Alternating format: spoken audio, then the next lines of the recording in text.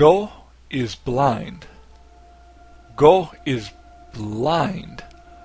Gough shoots down Calamite, a perfect shot, and with only one shot taken. Now this in and of itself is not so surprising. Impressive, yes, but not surprising. He is a giant known for his ability with the bow. Here's the problem. He's blind, imprisoned, and yet makes an exact shot on the strongest of all dragons. I refer to Gough's dialogue for knowing that Calamite is the strongest of all the dragons. He is called Calamite, a ferocious dragon indeed. Even mighty Anorlundo dare not provoke his ire. Therefore, he's the strongest of the dragons.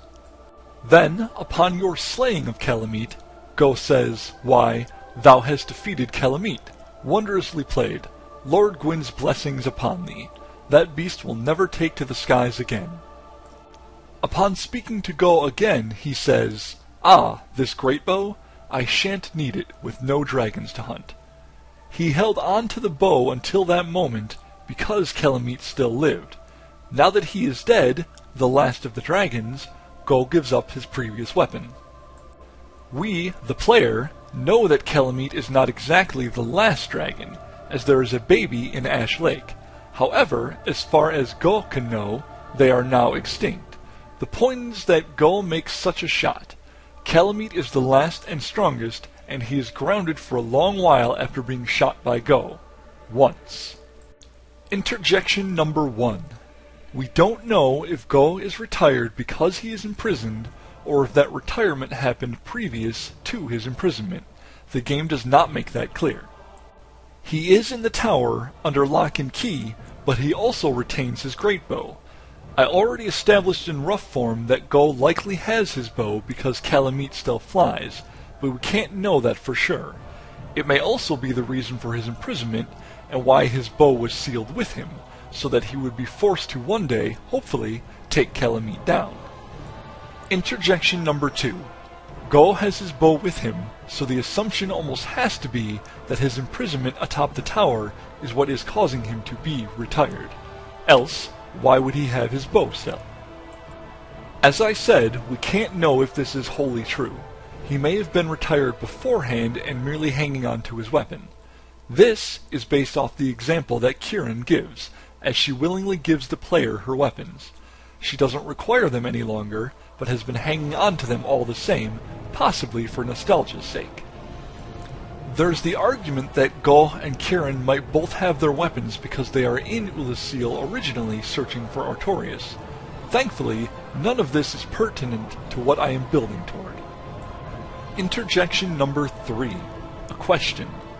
Could a man who has trained with, and become the greatest archer in all of existence while in use of his sight, be so capable as to loose a round able to ground the strongest of all dragons after becoming blind? Conclusion. Of course not! Gough took that shot, was able to take that shot, because he's accustomed to shooting blind. Let me explain. All the other dragons have been exterminated. Only Calamite remains. Gough tells us as much, through the dialogue and actions I have already explained. Gough would not have the need to behave as an archer for some time, hence his retirement. At some point, what I will leave blank for the moment, he is blinded by resin being packed into his helmet. We know that Gough is not actually blind. His helmet description states that, a helm crafted especially for the Honorable Hawkeye Gough. Only the eye holes were packed with tree resin by those who dismissed Gough as a brutish giant. Yet still, he shoots Calamite down. Impossible, I say. Gough has been blind, as he believes, for a long time. He was likely even blind during the war against the dragons. And why do I say that? How else would he have the training to strike them? We are talking about the greatest of all creatures that took the acquiring of Lord Souls to overtake. Even if you discount their ability, Anorlundo refused to go after Calamite. Gough was able to shoot down all the other dragons and Calamite, who we know is the strongest among them, going from in use of his eyes to blind and being able to shoot down the best of the dragons is not believable.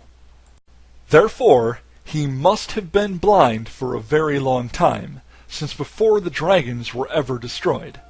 I insist that he would require this training, because he takes down the strongest of the dragons, Kalameet, while blind, and to do so would be, as I said, impossible as a first shot while blind. Alright, enough repeating myself. The carvings state that he is imprisoned, but nowhere is this information conjoined with his retirement. Gough was blind before coming to Oolacile. He fought dragons blind. Then who was it that made him blind? The answer is unknown, but one assumption must be made and believed. By deduction already stated, we know that Gough battled the dragons while blind. That means he had already obtained a soul from the first flame. This may or may not be after his blinding. What this also means is that Gough would be among Gwyn's 4 knights while blind from tree resin being packed into his helmet's eye holes. Anyone looking at him twice would have seen this physical obstruction. The 4 knights are assumed to be bound in close relationship. It's difficult to ascertain how they really felt about one another, but at the very least we know the following. Kieran was close enough to Artorias to call him a dear friend, regardless if there's hidden meaning behind those words or not. Gough is also in Oolacile, and thanks you for Artorias' honor preservation. At the very least, the 3 of them sound amicable, and more than likely they were of a powerfully close order. My personal hope is that Ornstein was close with them as well, but that's a digression. This establishes that Gough's comrades would not have left him behind. Atop of being their beloved ally, one can only imagine what a perfectionist like Gough could achieve with his sight unhindered. That is, of course, unless they were behind it. But wait, that doesn't quite make sense. As I said, anyone who looks at Gough twice can see that he is falsely blinded.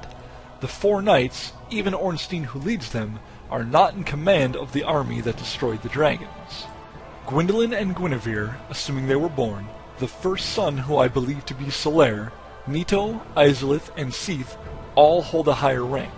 At least, this is to be assumed by going through the introductory movie. Even if you rank Ornstein higher than all of them, there is Gwyn, the ruler of Anor Londo, the holder of the most powerful soul. Would Gwyn allow for one of his 4 knights to remain blind, knowing that his skill is very likely dwindled by the infraction? Undoubtedly the answer is no. Also, not one other individual would dare argue with Gwyn's orders or actions, not even Kieran and Artorias. Therefore, I conclude that it was ultimately Gwyn who allowed Gough to behave as if blind. If not him, then he simply would have ordered the resin removed. But why? Why do such a thing to poor Gough? There's the fact that every giant we come across, from NPCs to enemies, wears a helmet and can possibly be presumed to all be blind.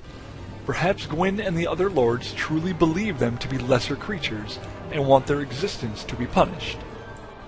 That's not what I believe, however. I believe that Gwyn has Gough blinded for the very same reason that he floods New Londo, sends Artorias to the Abyss, and has his knights battle the Chaos Demons.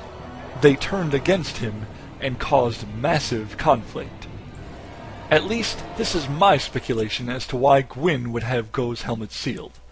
Gough would certainly be a threat, with his extraordinary range and power combined. I established in the expansion lore video that Gough is likely a resident of Oolacile. Even if he is not, he could still be a threat if hired by a force opposing Gwyn. I'm not claiming that Gough ever went on the offensive against Gwyn, outside of possibly in the Battle of Stoicism. However, he does seem as if he might be that great a power if harnessed by an opposition or an opposing force.